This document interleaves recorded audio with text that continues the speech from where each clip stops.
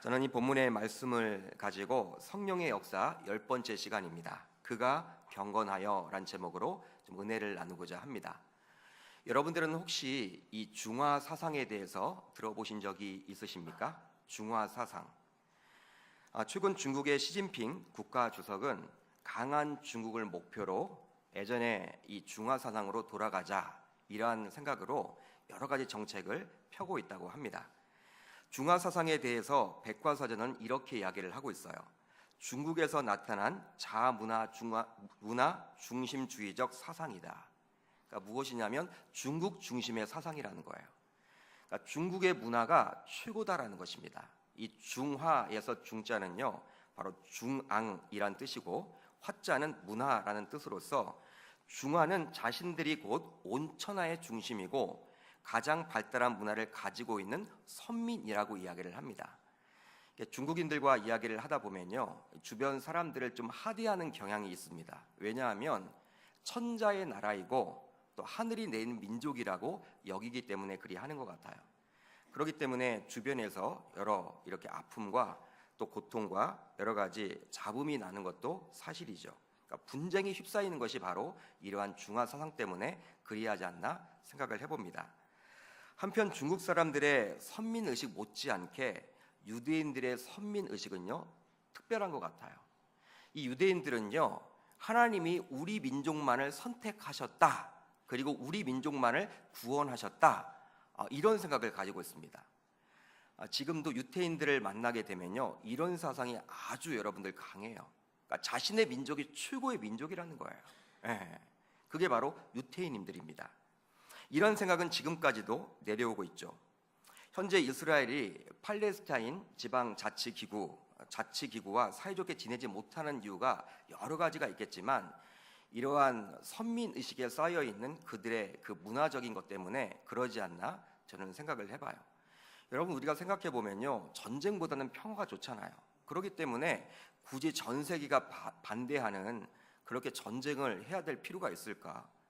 그 조그마한 나라 그냥 잘 같이 화해하고 지내면 좋겠다 생각을 하는데요, 유태인들의 입장에서는 그 말도 되지 않는 거예요. 자신들의 율법을 보게 되면 이방 민족들과는 같이 살아갈 수가 없거든요.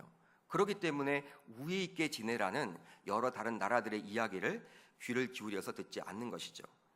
이런 유대인들의 선민의식은요, 예수님 당시에도 존재했었습니다. 유대인 남자였던 예수 그리스도께서, 예수님께서 율법에서 그만 이방인들과 또 죄인들과 먹고 마시며 그들과 친교하며 교제를 나누자 유대 교회에 빠져있던 그 지도자들은요, 못마땅하게 여겼던 것이 사실이었어요.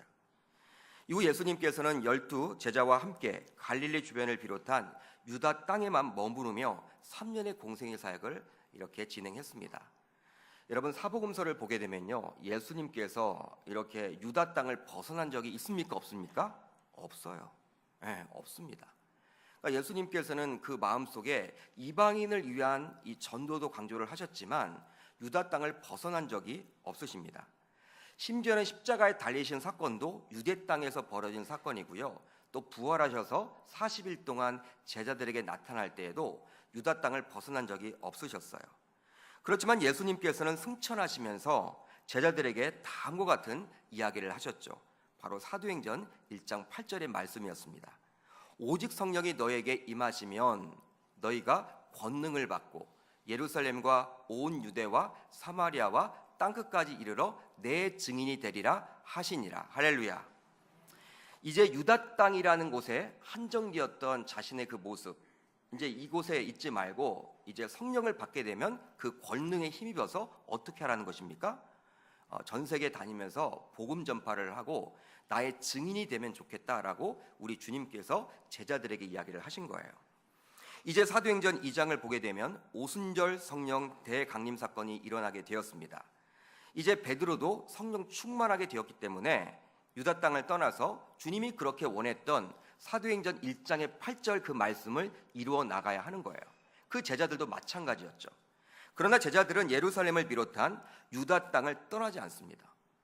여러분, 성령이 임하시면 권능을 받아서 이제 예루살렘과 온 유대와 사마리아와 땅끝까지 이르러 내 증인이 되라고 이야기를 했는데 성령 충만하게 되었지만 아직도 그들은 유다 땅을 벗어나지 않아요. 성령 충만하게 된 베드로를 비롯한 주의 제자들은 이제 그리스도인이 되었습니다. 그렇지만 아직까지도 유대인들만을 위한 기독교를 꿈꿔왔던 거예요. 뭐라 할까요? 여러분, 편협한 기독교인이라고 보시면 됩니다. 그리스도인이 되었어요. 그럼에도 불구하고 유대적인 사고를 온전히 떨쳐버리질 못한 것입니다. 아브라함의 하나님, 이삭의 하나님, 야곱의 하나님이 곧 이 베드로와 그 제자들의 하나님이었기 때문에 여러분, 그들, 우리 민족만이 구원을 받아야 된다, 우리 민족만이 구원을 받을 수 있다, 이런 유대적인 사고를 바탕으로 생활을 했다라는 거예요. 하나님을 만났어도 예수 그리스도를 통해서 구약에서 예언되었던 그 메시아가 바로 예수님이었다, 정확한 복음을 들었음에도 불구하고 그 예수님의 그 말씀을 그대로 따르지 못한 것이죠. 한마디로 무엇이냐면요, 예수를 구약에서 예언되었던 메시아로 믿었음에도 불구하고 누구만 여러분 구원을 받을 수 있다라는 거예요? 유대인들만. 그러니까 유태인인 우리 민족만은 구원을 받기 때문에 이방인들에게는 복음을 전할 필요를 느끼지 못한 거예요. 그리고 전해보았자 그들은 구원받지 못할 민족이기 때문에 받아들이지 않을 거다, 이런 생각을 했습니다. 한마디로 뭐예요? 시간 낭비다. 우리가 배를 타고 먼 나라 이방인들에게 가서 복음을 전하면 그들은 구원받지 못할 하나님의 백성이 아니기 때문에 우리가 시간 낭비라는 거예요. 전할 필요를 못 느꼈다라는 것이죠. 베드로도 마찬가지였어요. 그는 사도행전 2장 이후에 주의 은혜로 많은 기적을 일으키게 됩니다. 사도행전 3장에서 나면서부터 걷지 못한 거린을 은과 금은 내게 없거니와 내게 있는 것으로 내게 주노니 나사렛 예수 그리스도의 이름으로 일어나 걸으라 해서 이렇게 세웠어요. 할렐루야. 그는 기적의 소유자였습니다. 그뿐만이 아니에요. 사도행전 9장을 보게 되면요, 중풍병에 걸린 애니아를 고쳐주십니다. 그뿐만이 아닙니다. 이미 죽은 도르가를 살려냅니다. 여러분, 죽은 사람을 살렸어요. 죽은 사람을. 성경에서 죽은 사람을 살린 인물이 나오죠. 여러분, 누구입니까? 예수님이에요. 신약을 보게 되면요, 예수님께서는 죽은 자를 살리십니다. 그분은 신이시기 때문에 가능했죠. 그러나 나머지 두 사람이 나오는데 사도 바울과 베드로였어요. 여러분, 병고침과 이 죽은 자를 살린다라는 것은요, 이건 완전 차원이 다르거든요. 차원이 달라요. 병원에 가도 이렇게 아직 호흡이 붙어 있을 때는요, 의사들이 다 달려붙잖아요. 살리려고 몸부림을 치잖아요. 그렇지만 딱 여러분 이제 죽게 되었다라고 하면요, 의사들이 손을 떼죠. 그냥 흰 천으로 여러분들 덮어 놓는 거예요. 이 죽음은요, 우리 인간이 어떻게 할 수가 없는 거예요. 그런데 9장을 보게 되면요, 베드로는요, 이 도르가를 살려요. 이미 죽었는데. 여러분, 큰 기적을 경험한 것이죠. 하나님의 크게 쓰임을 받은 것이죠. 그뿐만이 아니었습니다. 사도행전 2장을 보면요, 한 번 설교를 했는데 몇 명이 돌아와요? 3,000명이 돌아와요. 회개하고 3,000명이 돌아오는 그 사건이 일어나게 된 것입니다. 그러니까 베드로는 여러분, 이 성령 충만하게 된 다음부터는 여러 가지 이적과 기적을 경험했던 하나님의 종이었죠. 이런 가시적인 성과가 있었지만 그도 역시 아직 유대 그리스도인으로서 이방인들에게는 복음을 전하지 아니했다라는 거예요. 이러한 때에 등장했던 인물이 바로 오늘 본문에 나와 있는 고넬료였습니다. 고넬료예요. 이방인이었죠. 그렇다면 고넬료는 과연 어떤 사람이었습니까? 오늘 본문 1절을 보면 나와 있습니다. 우리 1절을 한번 같이 읽어봅니다. 시작. 가이사랴에 고넬료라 하는 사람이 있으니 이달리아 부대라 하는 군대 백부장이라. 아멘. 한마디로 무엇입니까? 로마의 군대에 이 백부장이었다라는 거예요. 백부장. 그러니까 100명의 부하가 있는 사람이었습니다. 100명의 부하가 있다. 그리고 이방인이었어요. 이방이란 증거는요, 그의 이름을 통해서 알 수가 있죠. 고넬료라는 이름은요, 영어로 보게 되면 코넬리우스라는 이름입니다. 라틴어식 이름이죠. 이걸 통해서 그가 유대인들이 아니라 바로 이방인임을 알 수 있는 거예요. 사도행전의 구조를 보게 되면 사도행전의 초반부에는 베드로에 관련된 이야기가 많이 나와 있고, 이제 중반부 이후에는 누구에 관련된 이야기가 나옵니까? 바울에 관련된 이야기가 나오죠. 그렇기 때문에 9장을 보더라도 이 사울의 회심 사건이 나타나고 난 다음에 이제 베드로에 관련된 이야기가 나옵니다. 베드로가 중풍병증에 걸렸던 애니아를 고쳤고요. 또 도르가를 살리게 되었어요. 죽은 도르가를 살렸습니다. 그런데 베드로 이야기가 나오다가 갑작스럽게 누구에 관련된 이야기가 나와요? 이 고넬료에 관련된 이야기가 나온다라는 거예요. 여러분, 베드로 이야기가 갑자기 나오다가 이 고넬료 이야기가 나왔다라는 것은요, 우리에게 주시고자 하는 영적인 교훈이 있다라는 것이죠. 성경에 한 줄만 기록되어 있거나 한 단어만 기록되어 있어도요, 뭔가 우리들에게 주시고자 하는 메시지가 있다라는 것은 우리가 잘 알고 있습니다. 그렇기 때문에 베드로 이야기가 나와 있다가 갑자기 이방인이었던 군대장관 이 백부장에 관련된 이야기가 나왔다라는 것은요, 그를 통해서 우리에게 주시고자 하는 메시지가 있다라는 것입니다. 그 이유가 무엇인지 이제부터 제가 말씀드리도록 하겠습니다. 여러분, 오늘 본문 이유를 쭉 보시면요, 베드로는 고넬료를 만나게 되었는데, 만나면서 구약의 율법을 예수 안에서 어떻게 녹여내야 하는지에 대해서 이제 알게 돼요. 유대적인 사고에서 본 율법을 이제 그리스도 중심의 관점에서 보게 되는 것입니다. 성령은 베드로로 하여금 이방인인 고넬료를 만나도록 합니다. 본래 율법에서는 이방인들과 접촉하지 말라고 나와 있죠. 이방인과 대화조차도 하지 말라고 나와 있어요.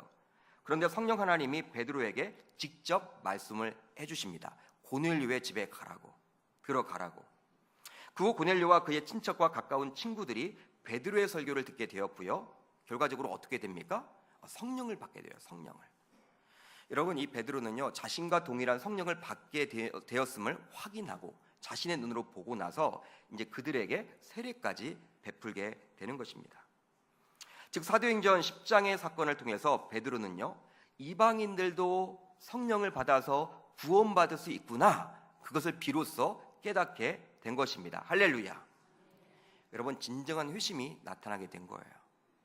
사도행전 2장에 오순절 성령 대강림 사건이 벌어졌음에도 불구하고 베드로는 아직도 정말 주님이 원하시는 사도행전 1장 8절에 그 말씀대로 행동하지 못했습니다.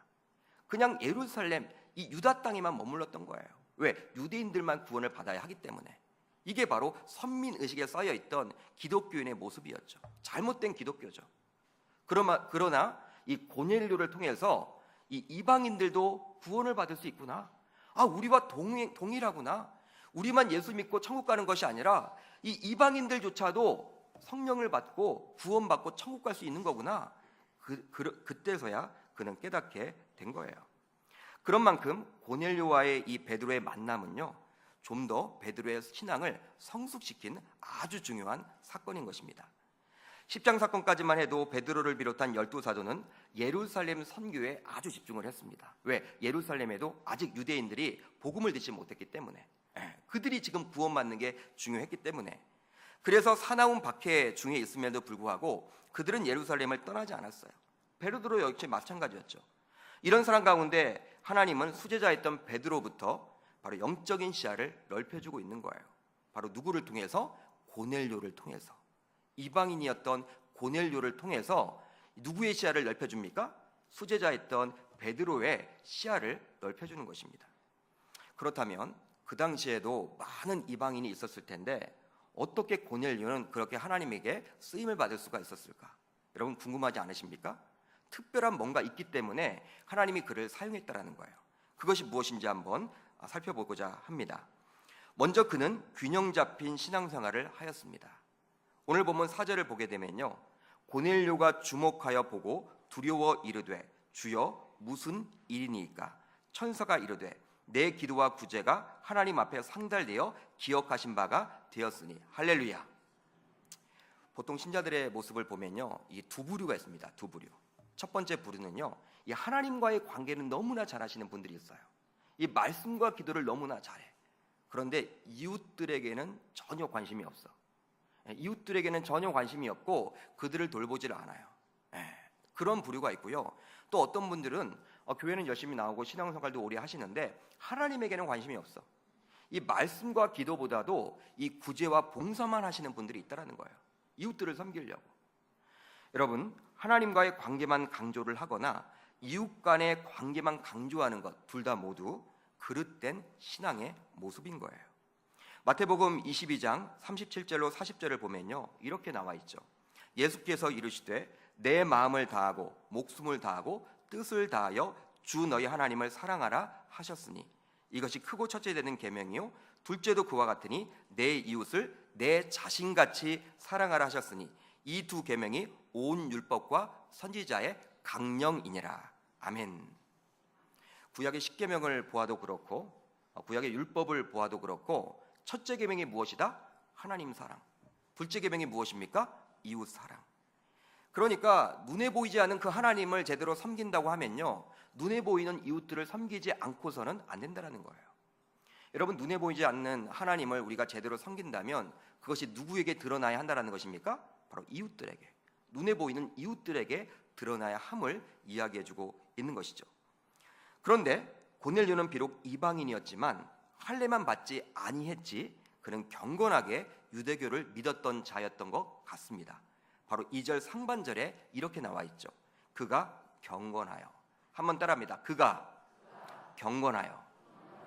오늘 설교의 제목과도 같아요. 그가 경건했다라는 거예요. 그가 경건했다. 한마디로 표현을 합니다. 그는 경건했다. 그는 하나님의 사랑을 나타내는 규칙적인 기도 생활과 이웃 사랑을 뜻하는 구제를 많이 함으로 첫째 계명과 둘째 계명을 철저하게 지켰던 하나님의 사람이었습니다. 오늘 본문 4절도 자세히 보시면요 내 기도와 구제라고 나와 있죠. 기도와 구제를 모두 동일하게 언급하고 있다는 거예요.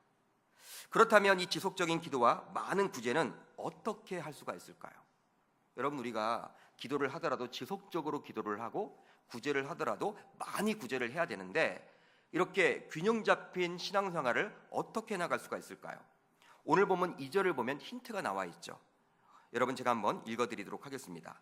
그가 경건하여 온 지방과 더불어 하나님을 경외하며 백성을 많이 구제하고 하나님께 항상 기도하더니. 할렐루야. 여러분, 이 부분을 영어로 이렇게 좀 우리가 번역을 해보면 이렇게 해석을 할 수가 있을 것 같아요. 그와 모든 그의 가족들이 경건하고 하나님을 두려워하는 자들이었다. 그는 필요한 자에게 관대하게 대했고 정규적으로 하나님께 기도하였다. 한마디로 무엇입니까? 하나님을 경외하는 자였기 때문에 지속적으로 기도할 수 있었고 많이 구제할 수 있었음을 보여주고 있는 거예요. 사랑하는 성도 여러분, 하나님을 경외하는 것은 곧 하나님을 공경하면서 두려워하는 것인 줄 믿으시길 바랍니다. 그런 의미예요. 즉 하나님을 하나님으로 인정하는 거예요. 하나님을 창조주로 인정하는 거예요. 하나님을 나의 구원자로 인정하는 거예요. 여러분, 인정할 때만 우리가 첫째 계명과 둘째 계명인 바로 모두를 지킬 수 있는 것입니다. 여러분, 하나님을 하나님으로 인정하지 못한다면요 우리가 어떻게 계명을 지키겠어요? 하나님을 여러분 하나님으로 인정하지 못한다면 우리가 하나님의 말씀을 어떻게 지킬 수가 있겠느냐는 거예요. 저와 여러분들 이곳에서 예배를 합니다. 우리들 모두 오늘 본문에 나온 고넬료와 같이 여호와 하나님을 경외할 수 있기를 바랍니다. 경외함으로 어려운 사람들을 많이 구제하고 정기적으로 기도할 수 있기를 주의 이름으로 축복합니다. 그렇게 되므로 균형 잡힌 신앙인들이 모두 되기를 소망해 보는 거예요. 여러분, 우리가 하나님을 제대로 만났다면 그 제대로 만난 하나님이 누구에게 표현이 돼야 되는 거예요? 우리 아까 장로님이 기도를 했다시피 우리 가족들에게, 우리 가까운 이웃들에게 표출이 되어야 하는 거예요. 여러분, 우리가 예수를 제대로 만나고 우리 하나님을 인격적으로 접했다, 그리고 내가 복음을 들었다, 이게 여러분 얼마나 감사합니까? 여러분, 우리의 말 한마디, 행동 한마디가 이제 이웃들에게 펼쳐져야 하는 거예요. 그것이 바로 고넬료였다라는 것입니다. 고넬료는 아직 그리스도를 몰랐어요. 그 당시에 로마 백부장이었지만, 이방인이었지만 유대교를 잘 믿었던 사람인 것 같아요. 유대교, 아직 하나님을 제대로 모른 거예요. 정확한 하나님이 누구인지 제대로 모르시는 거예요. 유대주교적인 하나님의 그러한 신자였어요.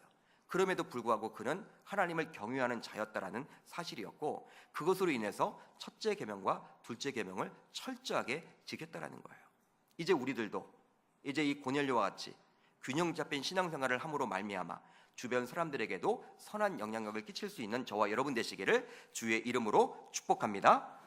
다음으로 그는 하나님의 말씀에 즉각 순종하였습니다. 오늘 보면 7절로 8절을 보면 이렇게 나와 있죠.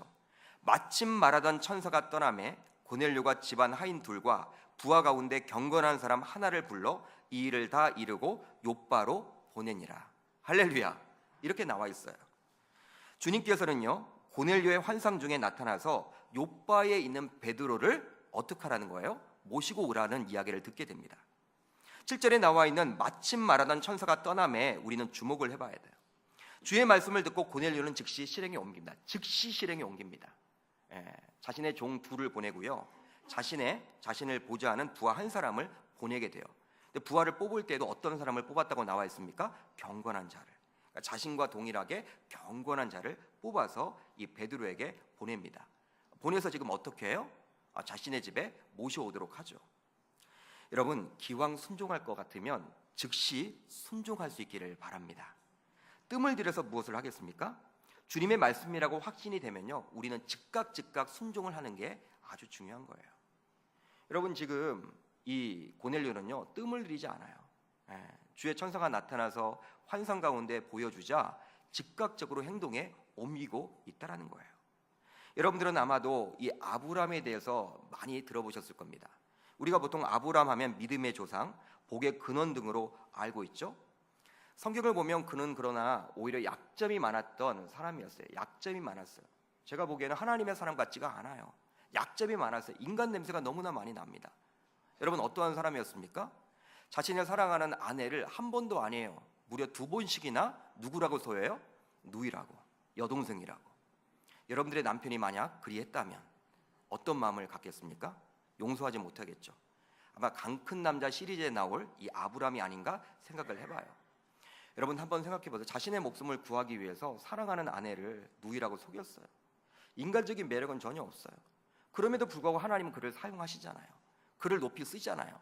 그리고 여러분, 마태복음 1장을 보게 되면요, 예수님의 계보가 나오는데 누구로부터 시작을 해요? 아브라함으로부터. 아브라함과 다윗의 자손 예수 그리스도의 계보라. 아브라함을 여러분 높이 사용한다라는 거예요. 왜 그럴까요? 바로 전적으로 하나님의 말씀에 순종했기 때문입니다. 창세기 12장을 보게 되면요, 하나님이 머물고 있던 아브라함에게 여호와 하나님이 나타나셔서 본토 친척 아비집을 떠나 내가 내게 보여줄 땅으로 가라고 이야기를 해요. 보여준 땅이 아니라 보여줄 땅입니다. 아직 가보지 않았어요. 보여줄 땅으로 가라고 한 그 말에 아브라함은 어떻게 반응을 합니까? 75세, 적지 않은 그 나이임에도 불구하고 순종했다라는 거예요. 준행했다라는 거예요.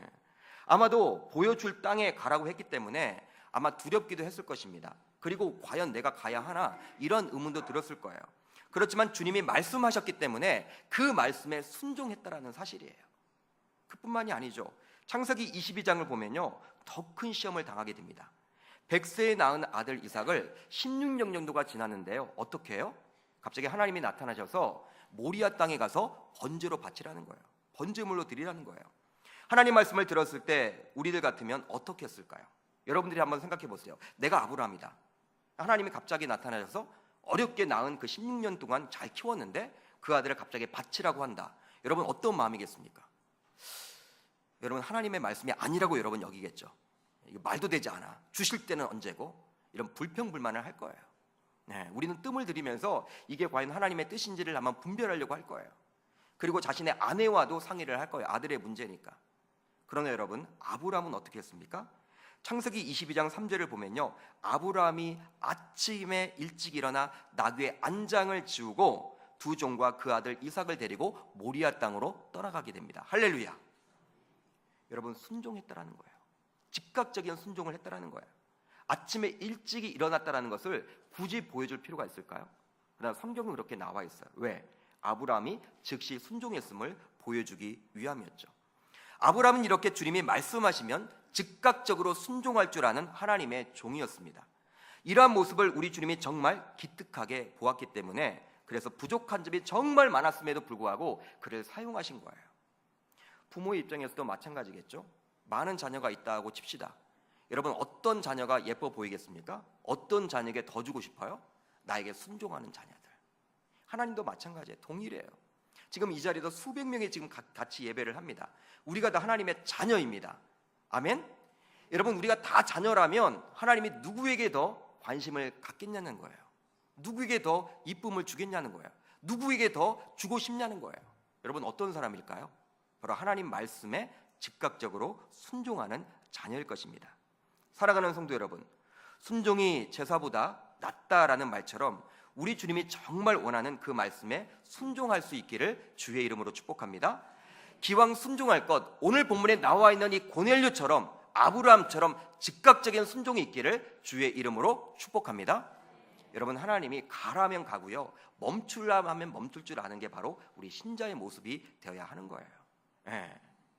여러분, 뜸을 들이지 마세요. 뜸을 들이지 마세요. 우리가 기도하다가 말씀을 읽다가 또 하나님의 음성을 듣다가 여러분 설교를 통해서 하나님 은혜를 받았다, 여러분 그런 것들은 바로바로 즉각적으로 행하셔야 하는 거예요. 남들 눈치 볼 필요도 없다라는 사실입니다. 즉각 순종할 때 하나님은 그 고넬료를 사용하신 것처럼 저와 여러분들도 즉각적인 순종을 한다면 이 시대 속에서 저와 여러분들을 하나님이 크게 쓰시리라 믿습니다. 마지막으로 그는 겸손하였습니다. 오늘 보면 25절인데요. 우리 25절을 보면 이렇게 나와 있어요. 마침 베드로가 들어올 때 고넬료가 맞아 발 앞에 엎드려 절했다라고 나와 있습니다. 발 앞에 엎드려 절했다라는 거예요. 이제 이 고넬료는요, 이제 주의 말씀에 순종해서 종들과 자신의 부하를 보내가지고 이 베드로를 모셔오죠. 베드로가 이제 집안에 들어서자마자 어떤 일이 벌어집니까? 갑자기 고넬료는 기다렸다는 듯이 발 앞에 엎드려 큰 절을 올리게 됩니다. 절을 해버려요. 여러분, 이러한 모습에 누가 당황을 합니까? 여러분, 누가 당황할까요? 베드로가 오히려 당황을 하는 거예요. 베드로가 백부장이면 상당한 직위가 있거든요. 고위직이거든요. 여러분, 자신이 죽으라고 하면 여러분 죽는 신용까지 할 사람이 100명이 있는 거예요. 부하 100명이, 남자가 여러분 100명이 있는 거예요. 여러분 직업 군인들이 100명이 있는 겁니다. 그런데 그런 높은 위치에 있는 사람이 자신이 집안에 들어서자 환영 정도가 아니야. 오히려 자신을 신격화시킬 정도로 이렇게 행하자, 그렇게 여러분 따뜻하게 애우를 하자, 이제 베드로는 자기가 당황을 하는 거예요. 당황을 해서 이런 말을 하죠. 자신도 사람이라고 이야기를 합니다.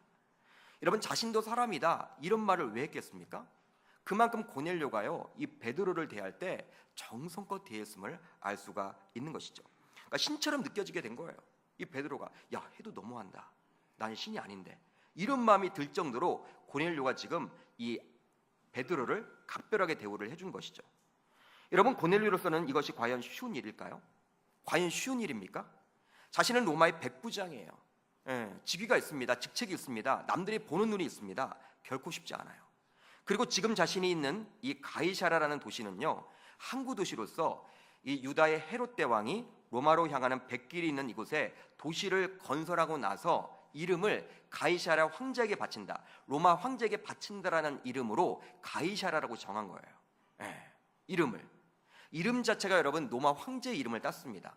근데 그곳의 백부장이라는 것은요 권력이 대단한 것이죠.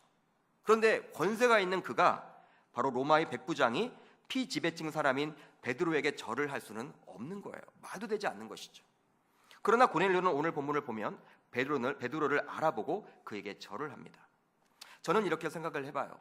고넬료가 베드로를 신격화했기 때문에 절한 것이 아니라 주님이 환상 속에서 말씀해 주신 베드로이기 때문에 그를 존중하는 의미로 예를 갖추어서 절한 것이라고 생각을 합니다. 할렐루야. 바로 무엇이에요? 하나님의 말씀을 대언할 하나님의 종으로 여겼기 때문에 가능한 것이죠. 결국 주님 때문에 베드로에게 절을 할 수가 있는 거예요. 주님을 바라보고 절을 하는 거예요. 주님이 말씀하신 분이기 때문에 주님을 바라보고 엎드려서 절을 할 수가 있었던 것입니다. 고넬료는 겸손했기에 그렇게 절할 수가 있었던 거예요. 보통 상대방의 발 앞에 엎드려서, 발치에 엎드려서 절을 할 수 있는 것은요, 자신이 어떤 문제가 있을 때 그 상대방의 힘을 빌어서 그 문제를 해결하려고 할 때 가능합니다. 즉 의리 가백에 하는 것이죠.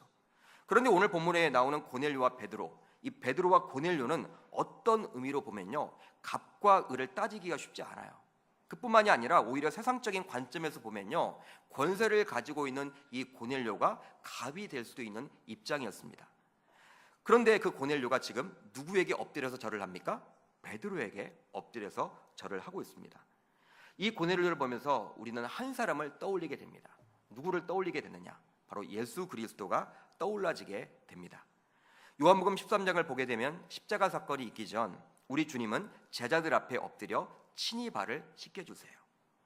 요즘은 하도 이 세족식이 많아진 것 같아요. 이 기독교 문화 가운데 이 세족식이 여러 기업이나 단체에 잘 전파가 된 것 같아요. 요즘엔 기독교 학교만 이 세족식을 하는 게 아니라 일반 학교도요, 일반 직장에서도요, 그냥 상사가 부하 직원들 발을 막 씻겨주더라고요. 여러분, 이게 그래서 감동이 없어요. 요즘에는 뭐 이거 많이 하니까. 그러나 여러분, 2000년 전입니다. 2000년 전은요, 유대 사회는 아주 보수적인 사회였고 이 질서가 있는 사회였고 가부장적인 사회였기 때문에 엄격한 스승과 제자 딱 틀이 있었습니다. 선이 있었어요. 스승이 해야 되는 게 있고 제자가 해야 되는 게 있었어요. 그런데 여러분, 그 당시 말도 되지 않는 그 일이 벌어지게 되죠. 바로 스승이었던 예수가 제자들의 발을 씻어주고 있습니다. 여러분, 이런 사건은요, 요즘으로 치면요, 조간신문 일면에 나올 만한 사건인 거예요. 일면에 나올 만한, 말도 되지 않는 일이에요. 그뿐만이 아니라 그분께서는 죄가 없으십니다. 그리고 신이십니다. 그리고 성부 하나님의 독생자이십니다. 그런데 그분이 우리 인간의 몸을 입고 이 땅에 오셨습니다. 할렐루야. 그뿐만이 아니라 십자가에 달려 죽기까지 하셨어요. 저와 여러분들을 구원하고자. 여러분, 이것은 무엇이냐면 겸손이 아니면요, 자기를 낮추지 않으면 행할 수가 없는 거예요. 정말 겸손의 극치를 달리고 있는 모습이죠. 저는 오늘 본문 24절을 보면 여러분 보면서 또 하나를 더 느껴보게 돼요. 오늘 본문 24절을 보면 이런 말이 나와 있죠. 이튿날 가이사랴에 들어가니 고넬료가 그의 친척과 가까운 친구들을 모아 기다리더니 라고 나옵니다. 여러분, 고넬료 집에 들어가 보니까 누가 와 있다라는 거예요? 고넬료 혼자만 있는 것이 아니라 친척도 와 있고 가까운 친구들이 그 집에 와 있었어요. 근데 온 이유가 무엇입니까? 바로 33절을 보면 나와 있죠. 내가 곧 당신에게 사람을 보내었는데 오셨으니 잘하였나이다. 이제 우리가 주께서 당신에게 명하신 모든 것을 듣고자 하여 다 하나님 앞에 있나이다. 여러분, 무엇이에요? 듣고자 하여. 듣고자 하여. 그러니까 말씀을 듣겠다라는 거예요. 누구를 통해서? 베드로를 통해서. 여러분, 백부장이라는 이 계급장을 떼고 내가 이제 주의 말씀을 듣겠다라는 이 겸손의 극치가 오늘 본문에 나와 있는 거예요. 사랑하는 성도 여러분, 시편 147편 6절을 보게 되면요, 이런 말이 나옵니다. 여호와께서 겸손한 자들은 붙드시고 악인들은 땅에 엎드러 뜨리시는도다. 그뿐만이 아니에요. 잠언서 3장 34절을 보면요, 진실로 그는 거만한 자를 비웃으시며 겸손한 자에게 은혜를 베푸시나니. 할렐루야. 성경을 보면요, 이 겸손이라는 단어가 얼마나 많이 나와 있는지 몰라요. 제가 지금 두 군데 여러분 이렇게 말씀을 드렸지만 여러분 검색을 해보면요, 얼마나 많이 나와 있는지 몰라요. 하나님은 누구를 쓰신다라는 거예요? 겸손한 자를. 그렇다면 이곳에서 예배하는 저와 여러분들도 오늘 본문에 나오는 고넬료와 같이 겸손한 자가 되어야 될 줄 믿습니다. 그렇게 될 때 우리 주님께서 우리를 주목하셔서 우리도 사용하게 되리라 저는 믿습니다. 이제 말씀을 정리하려고 합니다.